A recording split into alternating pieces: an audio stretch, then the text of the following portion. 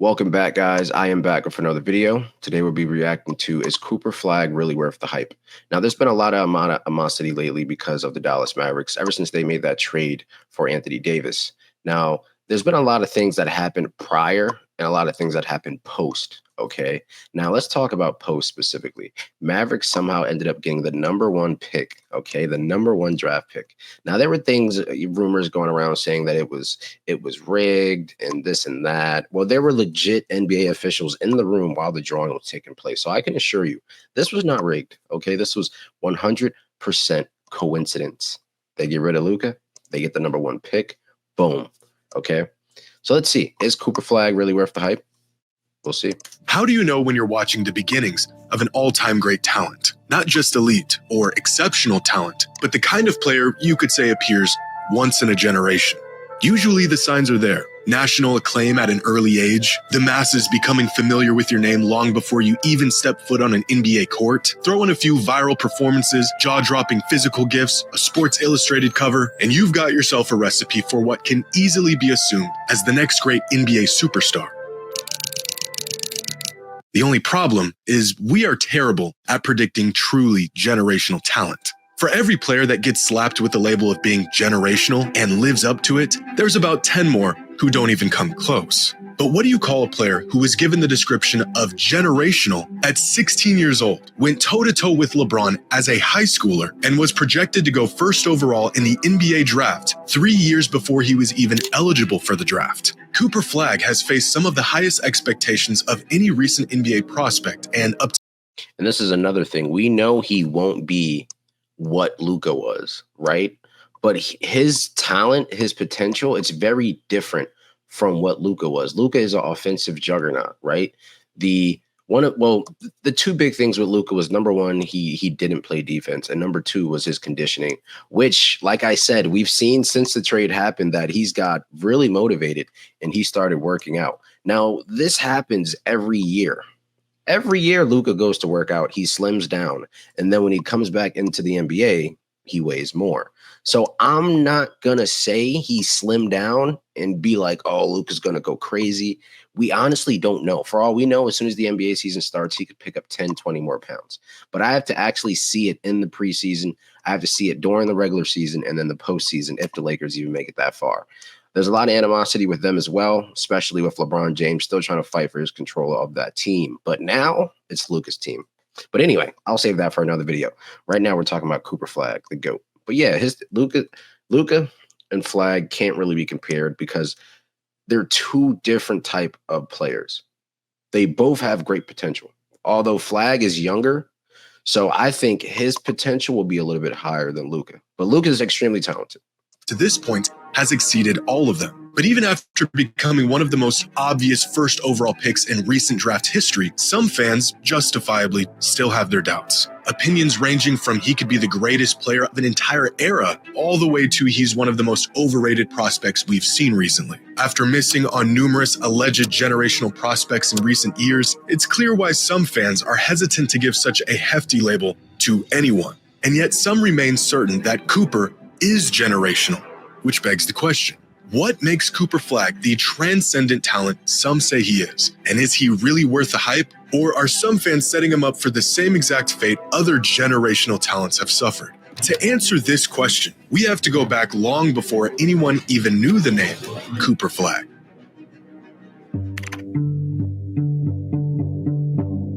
In December of 2021, a news publication out of Maine wrote a piece about a basketball prodigy who was starting to gain attention not just around the state, but around the country, describing him as a talent they had never seen before. A 6'7", supremely gifted 14-year-old. Local coaches and scouts knew immediately they were onto something special and early, because this would be one of the first mentions of the name Cooper Flagg, a freshman who had yet to play a single game of high school ball, who many agreed they had never seen the likes of. Over the next 2 years, Cooper quickly became a national headliner, transferring to Montverde Academy and rising up the high school rankings. By the end of his sophomore season, it became clear that Cooper was, in fact, a talent unlike anything else in the country.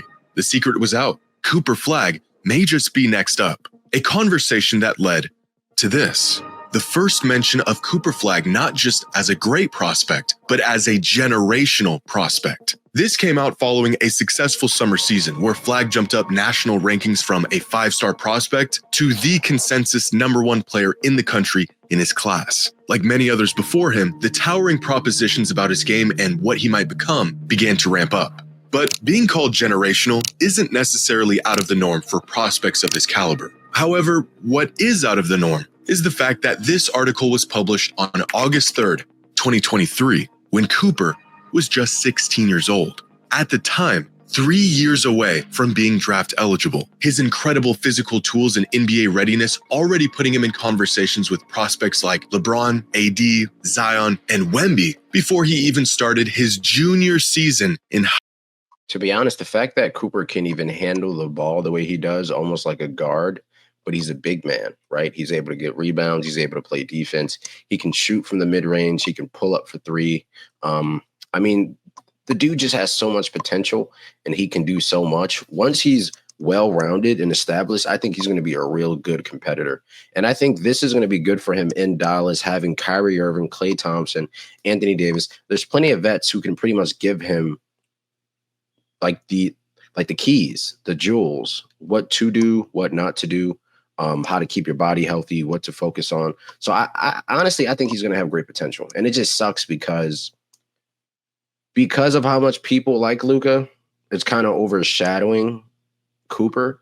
But I think once we get into the regular season and we see the Mavs play, I think the Mavs will shut down all talk, all rumors of, oh, this team can't handle that. This team can't handle this. Because once Kyrie gets back and we're fully healthy, nobody's going to stop us. Nobody.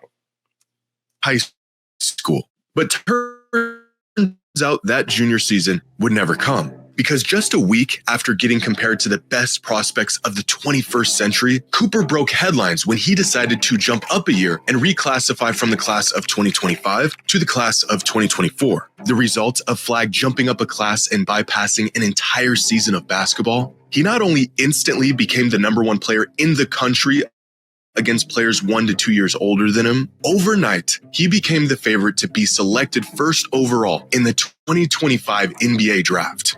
As a 16-year-old who had just finished his sophomore year of high school. The rankings were, of course, correct. Cooper was still so far ahead of his competition that he was a shoo-in for the High School National Player of the Year just a few games into that season. Projections this bullish and this early are so rare that we've only seen them a handful of times. Back in 2001, when NBA scouts were already saying a 16-year-old LeBron was a surefire #1 pick, and more recently with Victor Wembanyama, who was projected to be the first overall pick 2 years before he was eligible for the draft. Outside of these two truly once-in-a-generation talents, even the most sought-after prospects do not face these expectations this early in their basketball career. But it was in the following season where Cooper would face his biggest test yet. Prove that he was good enough to still dominate games at the college level. But before he even stepped foot on a college court, Cooper did what no high schooler had ever done before him. How do we know if Cooper Flagg will be able to play at the next level and compete against the best players in the world? Well, because he already played them. Years old. Flagg was chosen to be a part of the USA men's select team, a team that would scrimmage LeBron, Steph, KD, and the rest of the Olympic team. A team that hadn't featured a non-NBA player in over a decade and had never featured a high school kid. Now, the best one could hope for this kid going toe-to-toe against the NBA's best is for him to just fit in, soak in the moment, make the right plays, and just not be a liability. Cooper didn't just fit in.